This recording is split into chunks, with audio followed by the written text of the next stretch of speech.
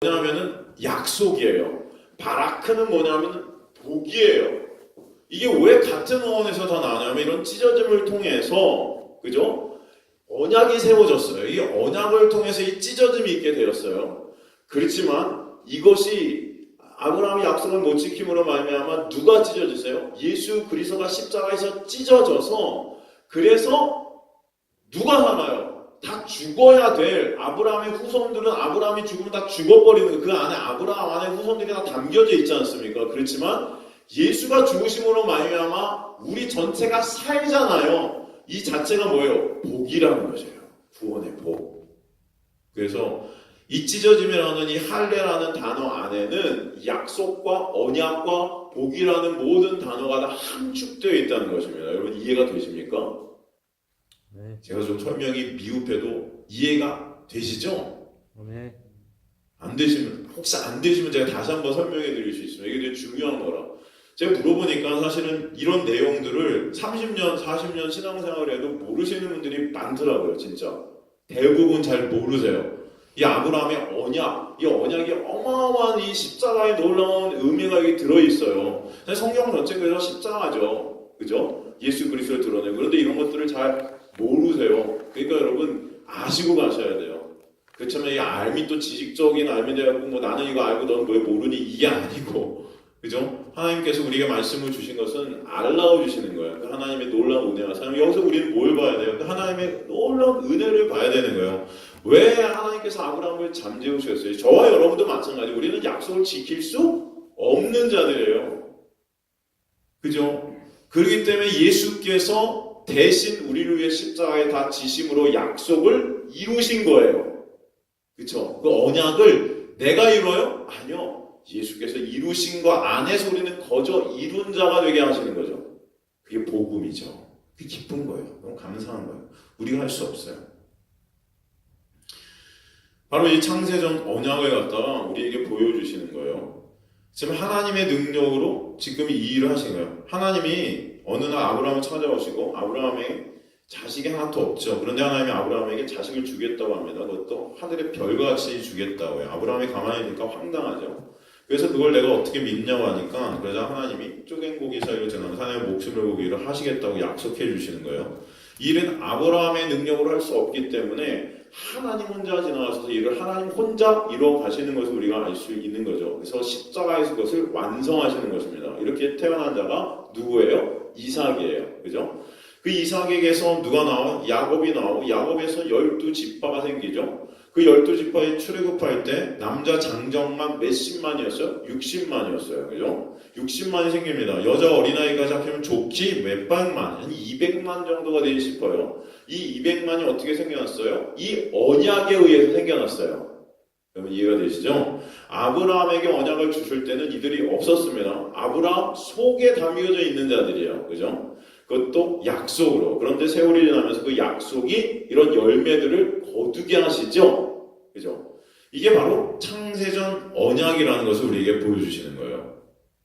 아브라함의 언약은 창세전 언약을 근거로 해서 주어진 거죠. 하나님께서 구약 이스라엘 가지고 창세전 언약이 이 역사 속에 이런 식으로 펼쳐질 것이라는 것을 우리에게 보여주시는 거예요, 여러분. 이걸 예수께서 십자가에서 성취하시는 거예요. 그래서 구약 이스라엘을 기능적 이스라엘이라 한다는 것이었습니다. 하나님께서 창세전 언약인 예수 그리스도를 통해서 한 민족이 생겨날 것을 설명하시고자 아브라함을 택하시고 그 후손인 이스라엘을 가지고 이 세상 가운데 보이시는 거예요. 하나님은 이스라엘을 가지고 창세전 언약이 바로 이런 것이라는 것을 이스라엘을 기능적 이스라엘로 택하셔서 보여주시는 것입니다. 구약 이스라엘은 그래서 아브라함 언약에 의해서 생겨난 그런 자들이라는 것을 우리에게 보여주시는 거예요. 언약이 그래서 먼저고 백성이 나중인 것이에요. 이걸 하나님이 아브라함의 약속을 하셨죠. 그런데 그 백성들이 이방의 객이 되었다가 구원받는 것으로 책에 기록해 놓아요. 하나님은 아브라함의 후손들을 아브라함과 맺은 언약을 근거로 다스려 가시는 거예요. 그래서 이스라엘 백성들이 애굽에서 태어나게 된 것도 하나님은 애굽에서 태어날 자들을 아브라함과 언약하신 대로 간섭해 가시기 시작하신다는 것입니다. 언약에 의해서 애굽에서 종살이 하게 되고 언약에 의해 출애굽하게 되고 언약에 의해 가나안 땅에 들어가야 되는 것이에요. 하나님은 애굽에서 태어난 이스라엘을 가지고 창세 전에 하신 그 언약대로 구원하시는 일을 계속 어떻게 해요? 하나님 스스로 이루어 가시는 줄 믿게 하시는 거예요. 그러니까 언약의 후손들을 철저하게 창세전 언약의 시나리오, 그 대본대로 하나님께서 이끌어 가시는 것을 알 수 있다는 것이죠. 여러분의 삶도 마찬가지예요. 사실은 이걸 그래서 묵시가 역사를 다스린다는 것입니다. 묵시가 역사를 다스린다. 독자적으로 역사는 존재하는 것이 아니고 무엇에 의해 존재하냐면 바로 이 묵시에 의해서 존재하고 움직이고 있다는 것을 보여주시는 거예요. 역사에 속한 우리 역시 그러한 거죠. 이걸 요한계시록에는 천상과 지상 두 지평으로 말해주고 있어요. 요한계시록은 천상의 모습과 지상의 모습을 동시적으로 보여주죠. 그런데 지상은 천상에 의해서 어떻게 해요? 다스려지고 있음을 알게 하세요. 이걸 오늘 본문에서 말해주고 있는 거죠.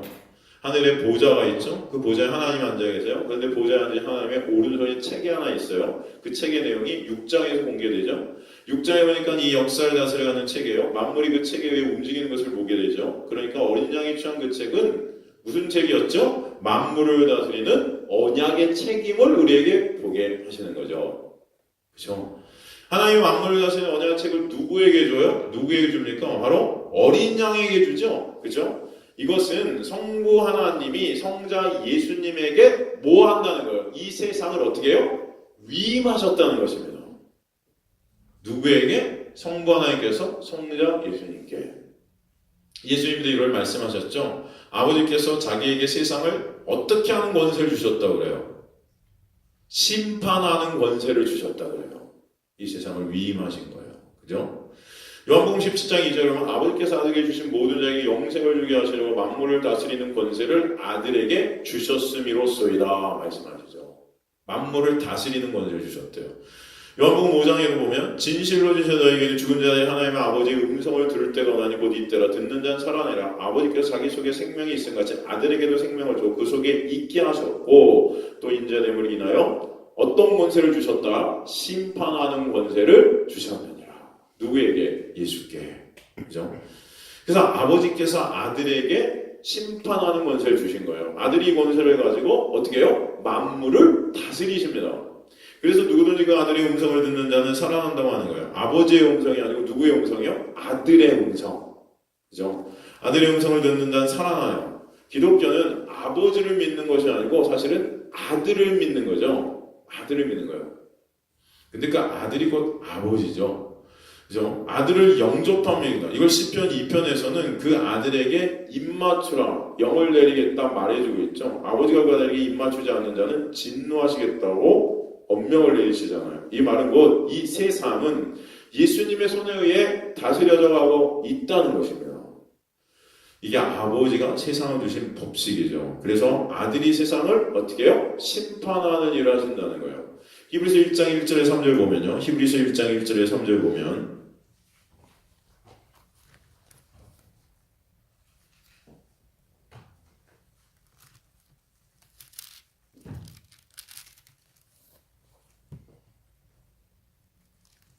옛적의 선지자들을 통해 여러 부분과 여러 모양으로 우리 조상들에게 말씀하신 하나님이 이 모든 날 마지막에는 아들을 통하여 우리에게 말씀하셨으니 아들을 만유의 상속자로 세우시고 또 그로 말미암아 모든 세계를 지으셨느니라. 이는 하나님의 영광의 광채시오 그 본체 형상이시라.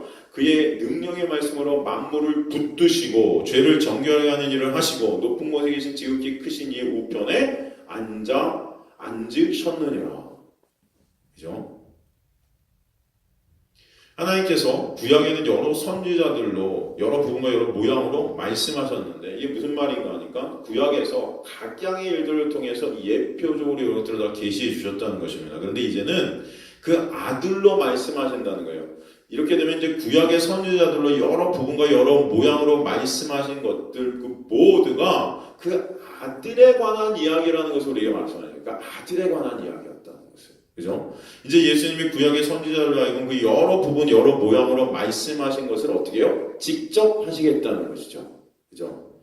그러면서 그 아들은 곧 하나님의 본체 형상이래요. 무슨 말인가 하니 하나님이 그 아들을 통해서 어떻게 해요? 일을 하신다는 것이에요. 그래서 성경은 예수님을 일컬어 기묘자요, 영존하시는 아버지다 그러잖아요. 그렇죠? 예수께서 바로 그런 하나님 아버지 되신다 하시잖아요. 여호와의 증인들이 이거 반박하죠. 여호와의 증인은 삼위일체를 부정합니다. 여호와의 증인은.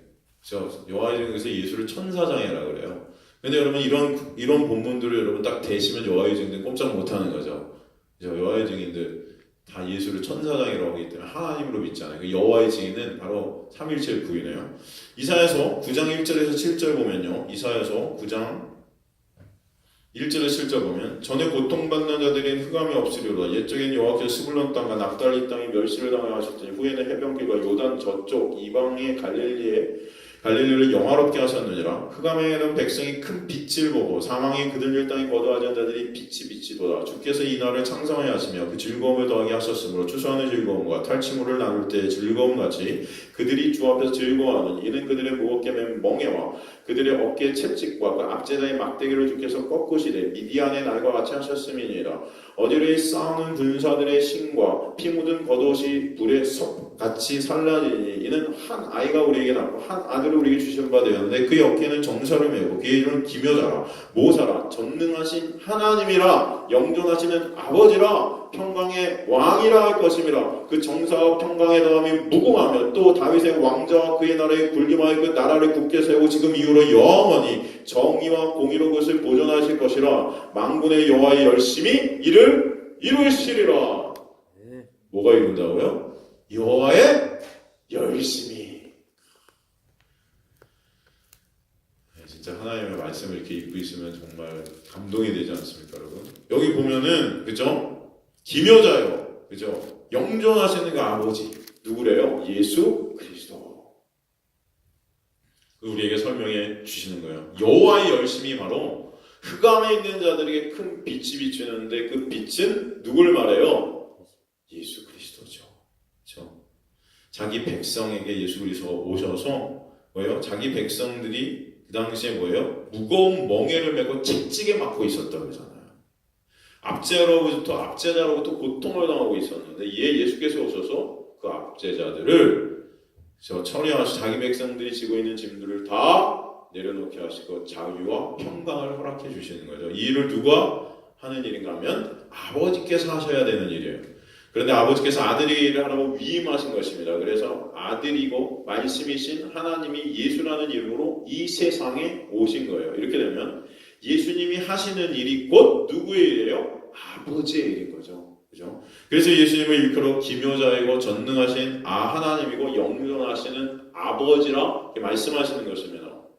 예수님이 아버지라는 말이고 아버지의 일을 하신다는 거예요. 그래서 신약에서는 예수님을 영접하는 것을 아버지를 영접한다 그러죠. 이를 예수님께서는 나는 아버지의 뜻을 이 땅에 행하러 왔다 말씀하세요. 아버지의 뜻이 아버지께서 자기의 주신 자들을 마지막 날에 다 어떻게 해요? 살리시는 것이라 하잖아요. 그죠?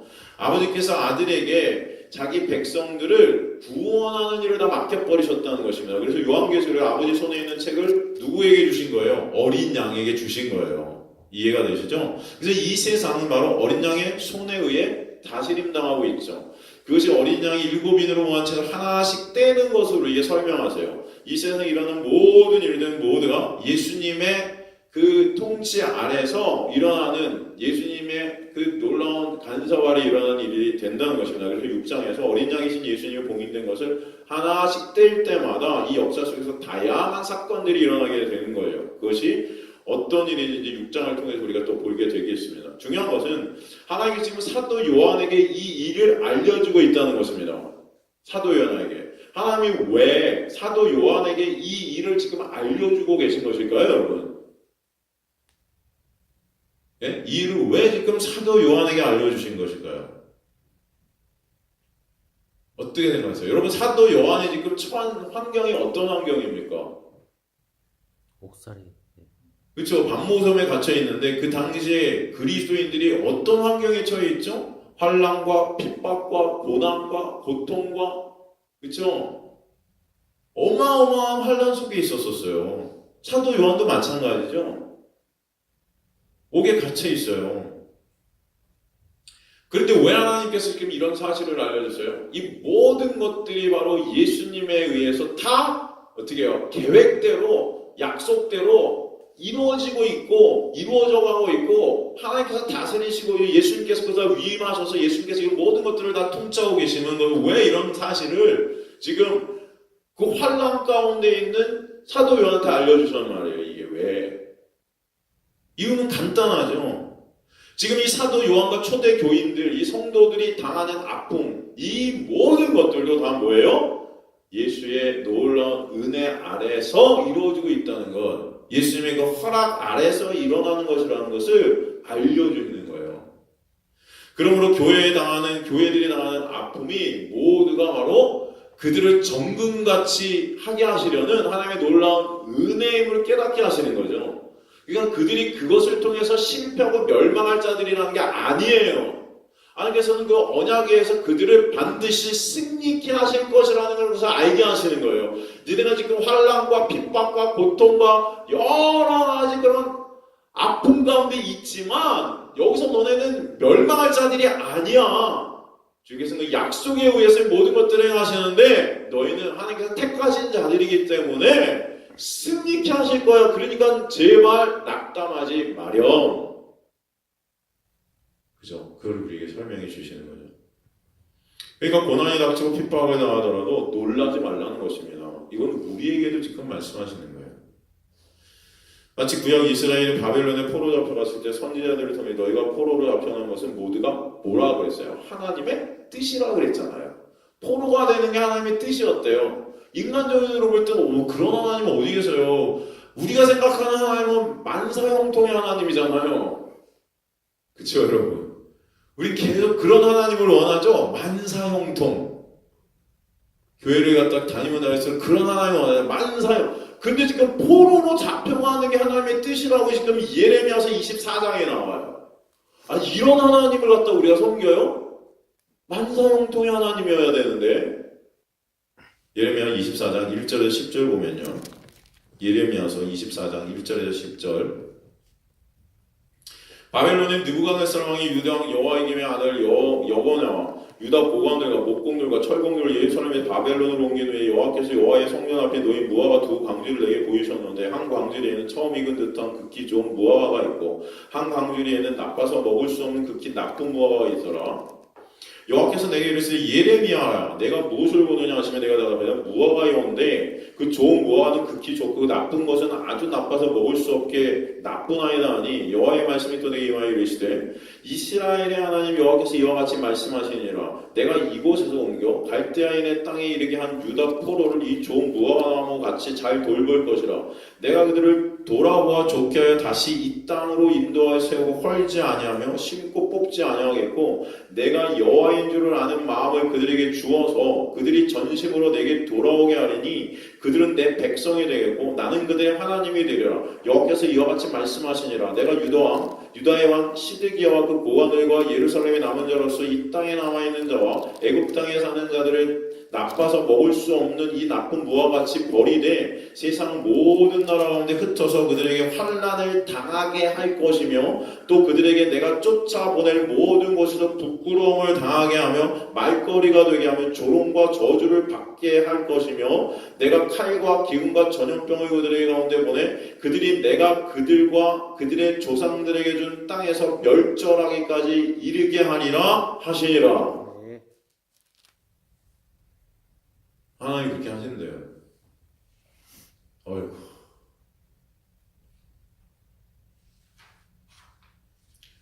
지금 하나님이 예레미야에게 두 광주의 무화과를 보여주세요. 한 광주는 먹기 좋은 무화과 담겨 있고 다른 한 광주는 먹을 수 없는 무화과 담겨 있어요. 먹기 좋은 무화과 담긴 광주리는 뭘 뜻하는 거냐면 바벨론 포로로 잡혀간 이스라엘을 말하는 거예요.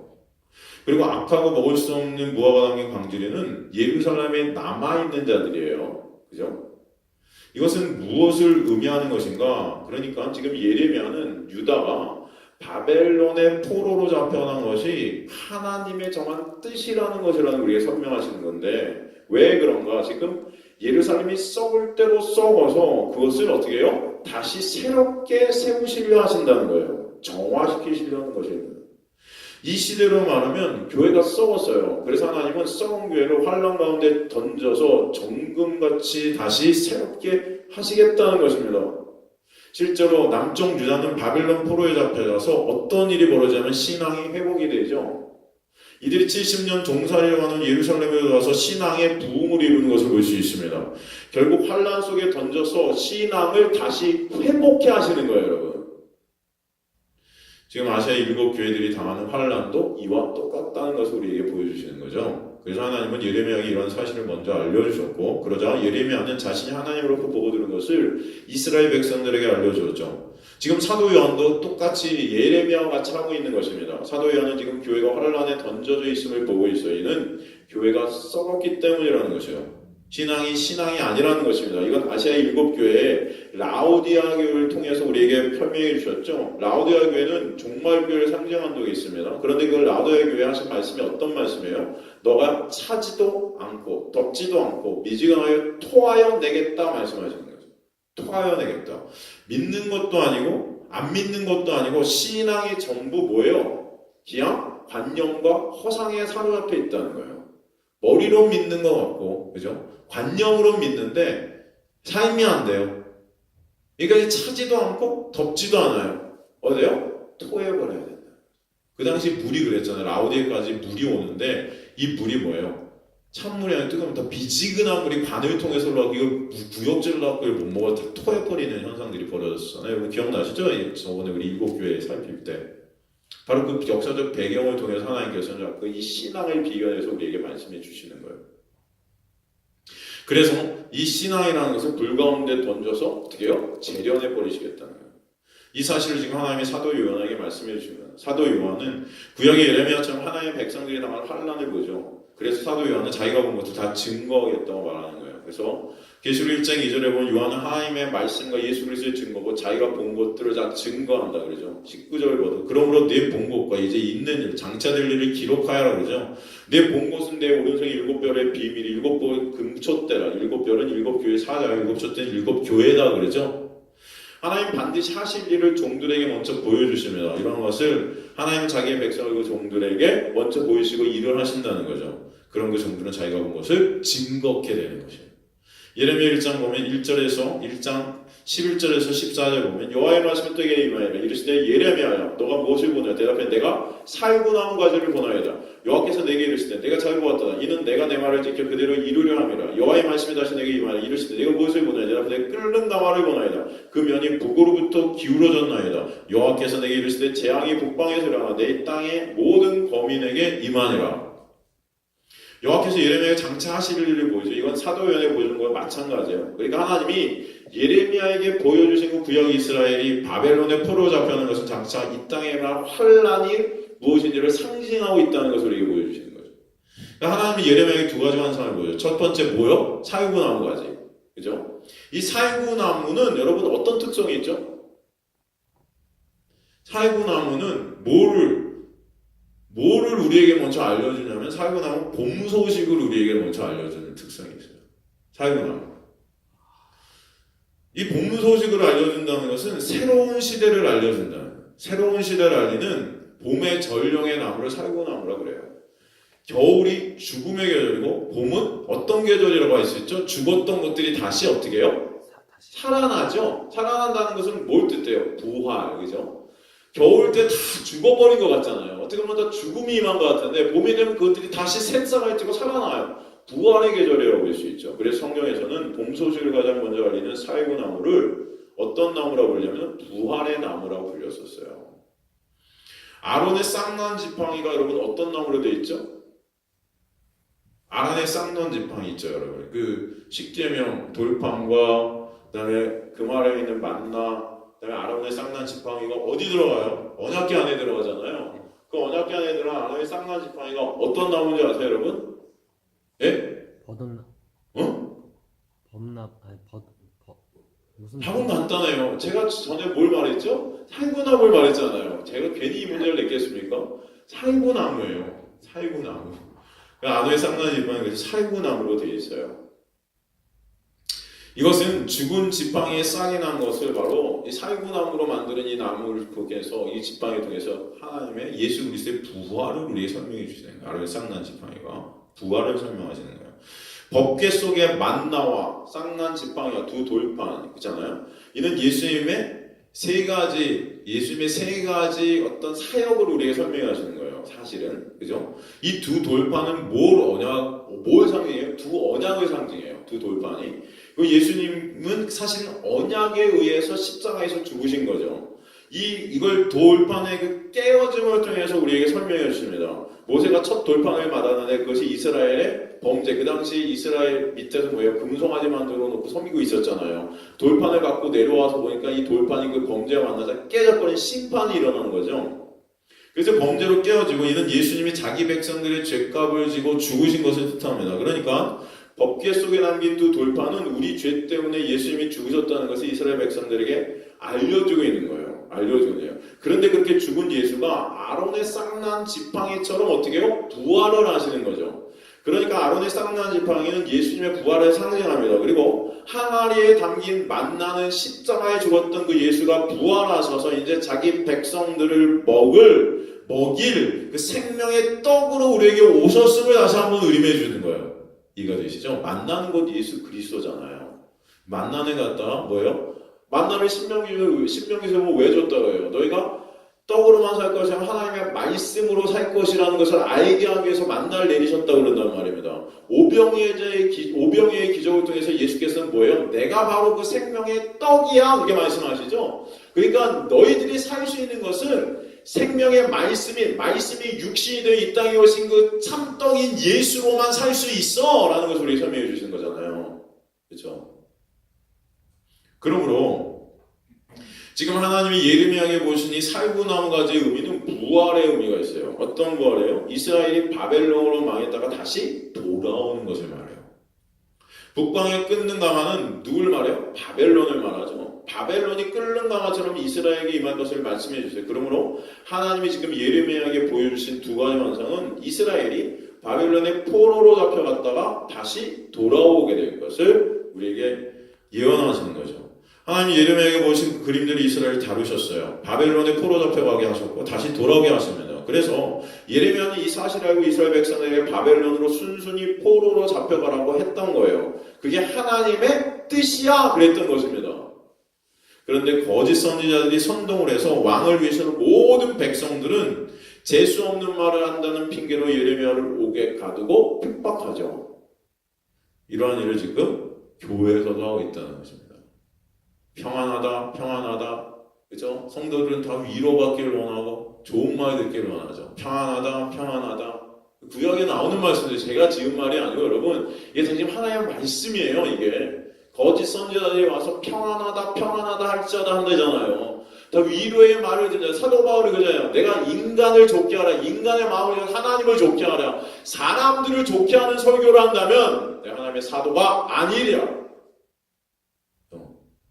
여러분 주일날 오셔서 잘 생각해 보세요. 제 말씀을 들으면서 여러분 위로받고 막 좋고 막 그렇다면 제가 거짓 선지자일 수 있어요. 근데 제 말씀 설교를 들으면서 하나님의 말씀으로서 진짜 찔림이 있고 정말 그 십자가 아니면 안 되는 존재임이 정말 매 순간순간 나에게 비춰지고 내가 점점 죄인의 괴수임이 드러나고 발각하게 되고 한다면 저는 참 선지자일 수 있습니다. 거짓이 아니고 제가 그렇다는 게 아니고 제가 하나님께서 그렇게 저를 통해서 하신다는 거죠, 여러분. 제가 뭐 참이고 거짓이고 이걸 갖다 여러분 아시겠습니까? 주님께서는 그래서 이 백성들에게 지금 그것을 알려주는 거예요. 그 당시도 그랬던 거예요. 예레미야는 바로 너희가 하나님 때문에 예수님 때문에 하나님 때문에 바벨론의 포로로 잡혀가게 될 거예요. 그 고난이 있게 되면 말했어요. 그랬더니 거짓 선지자들은 아니야. 하나님께서는 그런 분이 아니야. 평안할 거야. 만사형통하게 해주실 거야. 걱정하지 마. 그래서 오히려 예레미야를 가둬버렸단 말이에요. 핍박하고. 지금 사도 요한도 그 일을 당하고 있는 거예요. 교회가 엄청난 고난에 당한 것을 지금 말해주고 있는 것입니다. 그러나 이 시대 거짓 선지자들은 그저 교회 오면 복받고 잘 살 것을 신앙이라고 가리키고 있어요. 예수님 믿으면 복받고 고난 없이 만사형통할 거라고 가리켜요. 이러한 말이 증거되는 교회가 뭐예요? 사람들이 많아요. 그리고 진짜 그래요, 여러분. 정말 제가 그 실험을 한번 해볼 생각도 했었어요. 사실은 한 1년 정도는 정말 만사형통만 외쳐보자. 그럼 얼마나 우리 성도들이 많이 모일까? 그리고 1년 정도는 십자가만 외쳐보자. 그럼 얼마나 또 많은 성도들이 떨어져 나갈까? 교만하죠. 저도 교만해서 제가 하나님의 말씀을 갖고 한번 실험을 해보려고 했었어요. 못하겠더라고요. 한 말씀도 여러분 헛되이 정말 증거하면 되겠습니까? 그죠? 근데 진짜로 제가 만사형통을 외치고 여러분 예수님께서 복받는다를 외치면은 그죠? 어떤 교회처럼 새벽 예배만 3,000명, 4,000명 나올 거예요. 진짜. 그 교회는 새벽 예배 때마다 제가 직접 들으니 거기 새벽 예배 나가시는 분이 1년 내내 새벽 재단을 쌓으면 복을 받을 거라고 그래요. 물질의 복, 건강의 복, 다 그 복들이 뭐예요? 영적인 복들이 아니고 육적인 복들이에요. 물질의 복, 건강의 복, 자녀의 복, 무슨 이 세상에 제가 말씀드렸잖아요. 저번에 어떤 제 제자가 어떤 교회 팜플렛을 갖고 왔는데 그 교회 딱 앞에 사람들이 뭐 교회가 어마어마하게 크더라고. 사람들이 진짜 벌떼처럼 모여갖고 사진을 찍은 사진 그 담임 목사님 다 교회를 갖다 소개하더라고요. 우리 교회에 오면은 뭐예요? 아비들이 성공을 하고 이 세상 속에 성공하고 자녀들이 꿈을 꾸면 그 꿈들이 다 이루어지고 성공하고 그런 복들이 다 이루어지는 교회입니다. 이 세상적인 것들을 다 이룰 수 있는 교회라는 보십시오. 정말 보면은 진짜 가면은 뭔가 될 것 같아요. 내 꿈이 다 이루어져 이 세상에서. 여러분의 꿈은 뭐예요? 여러분의 꿈이 무엇입니까? 여러분의 비전이 무엇입니까? 진짜 없어요. 없어? 비전은 예수님밖에 없어요. 오, 비전이 예수님이다. 너무 은혜로운 말씀이네요. 하나님이 여러분의 상급이심을 믿으시는 줄 소망합니다. 네. 하나님이 여러분의 비전이 예수 그리스도가 여러분의 꿈이에요. 소망이에요. 단 하나. 그 예수 그리스도 함께 동행할 때 때로는 우리가 그렇죠. 어떤 상황에 처할지 몰라요. 여러분 요셉 같은 경우도 보세요. 요셉. 예. 요셉은 꿈을 꾼 자라고 그러죠. 옛날에 그래서 꿈꾼 자 요셉 얘기가 많이 청년들 부흥회 같은 데 꿈을 꾸시오. 그래서 꿈이 없는 자는 망한 거라고 그러고. 근데 여러분 요셉이 그 꿈을 꿨는데 사실은 형제들이 다 저라는 꿈을 꿨잖아요. 요셉은 잘 됐어야 되잖아요. 그 꿈대로 하면. 근데 요셉이 어떤 길을 가요? 고난의 길을 가죠. 애굽으로 팔려가고 모데발이 시정하고 누명수 감옥에 갇히고 그 일을 갖다가 몇 년을 해요 여러분? 십몇 년을 한 17년인가? 얼마나 고난 속에 있습니까? 만약에 요셉이 그 자기가 꿈을 갖다가 계속 생각하면서 이 꿈이 이루어져야 되는데 이 꿈이 이루어졌는데 그 꿈이 그의 목표가 됐다면 요셉은 우울증 환자가 됐을 거예요. 왜? 그가 닥친 상황이 전혀 맞지 않거든요. 그 꿈과 항상 고난 가운데 있거든요. 성경이 그걸 증명하잖아요. 나중에 요셉이 국무총리가 된 다음에 그때서야 비로소 예전에 꿈꿨던 그 꿈이 생각이 나더라 그래요. 그럼 요셉은 사실 그 꿈을 생각하면서 살았다는 거예요? 살지 않았다는 거예요? 살지 않았다는 그 꿈을 생각하면서. 그제서야 비로소 생각이 났대요. 그때까지 잊고 있었다는 거예요. 만약에 요셉이 그 꿈이 그의 목표가 되었으면은 요셉은 그거 갖다가 받아들이지 못하고 자살했을 거예요. 하나님 안 살아계신 일을. 요셉은 그게 꿈이 아니었고 요셉은 뭐가 꿈이었어요? 그와 동행하고 계신 하나님이 그의 모든 것이었어요. 그래서 감옥에서도 그는 그 하나님 바라보면서 기뻐하는 거고, 그렇죠? 어떤 상황에서도 그 하나님 때문에 즐거워하는 거고, 어떤 상황에서 그 하나님의 놀라운 은혜 때문에 다른 사람 섬겨가는 거고, 예수 그리스도만이 여러분의 꿈이 되시길 간절히 소망합니다. 그게 그리스도인인 거예요. 어떤 상황 속에도 예수 때문에 살아가는 자들이에요. 우리가 감옥에 있건 망하건 돈이 없건 돈이 많건 상관이 없어요. 누가 여러분의 가치가 되세요? 예수가. 이 요셉이었다는 거예요. 만약에 요셉이 그런 꿈을 갖다 꾸고 국무총리가 됐다면 그 형제들 다 죽여버렸을걸요?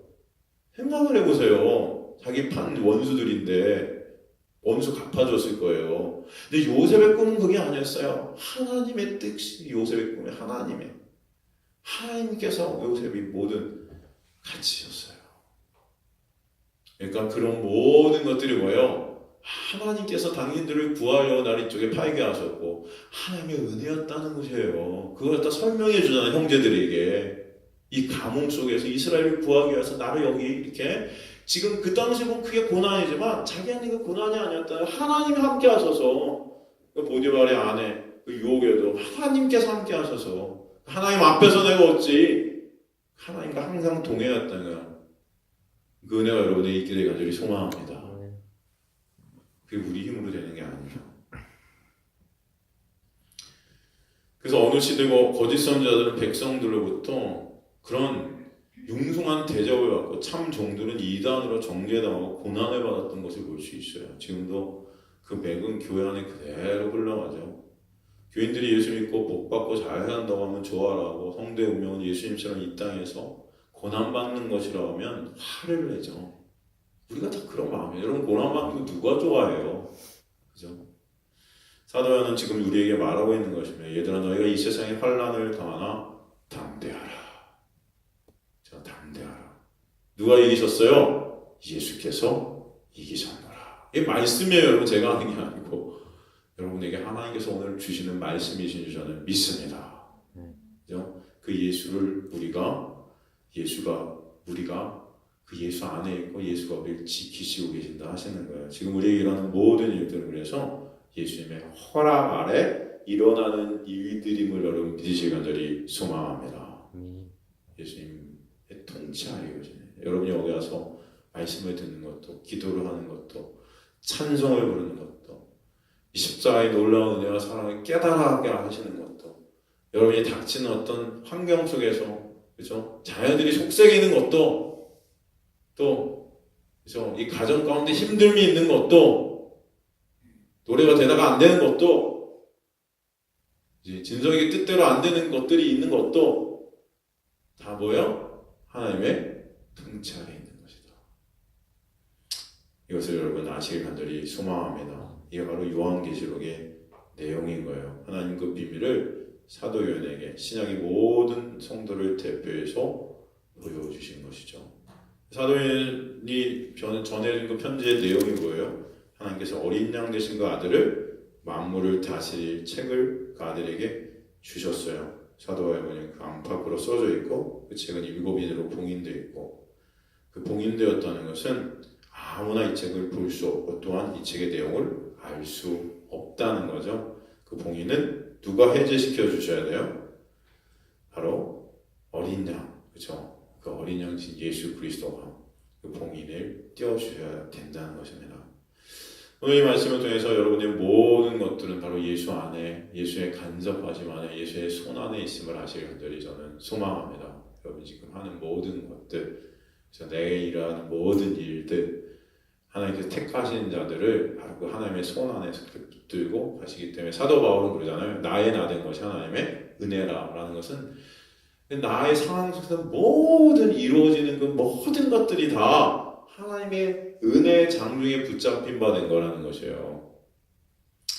여러분 매 순간, 매 삶들, 매 시간들이 하나님의 은혜에 붙잡힌 바 된 자들임을 깨달으시기 간절히 소망합니다. 그럴 때 여러분에게 손해가 있고 여러분에게 아픔이 있고 고통이 있고 또 여러 가지 상황들 가운데 핍박이 있고 환란이 있을 때도 하나님께서 은혜 가운데 이끌어 가심을 여러분 알게 되셔서 감사가 언제나 있게 하실 줄 믿습니다. 그렇죠? 이미 여러분은 하나님의 손 안에서 승리한 자들이에요. 다음 시간에 이 봉인에 대해서 조금 더 살펴보도록 하겠습니다. 기도하십니다. 하나님 감사합니다. 오늘도